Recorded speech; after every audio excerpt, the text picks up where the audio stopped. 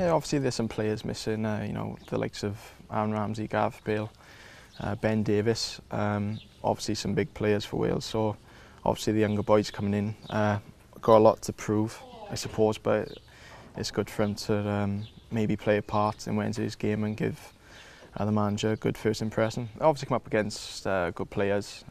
Every international game you're going to come up against world-class players, so it's only a friendly as well, so hopefully I can just kick on from there really and do well. It's just another game for us to sort of improve on.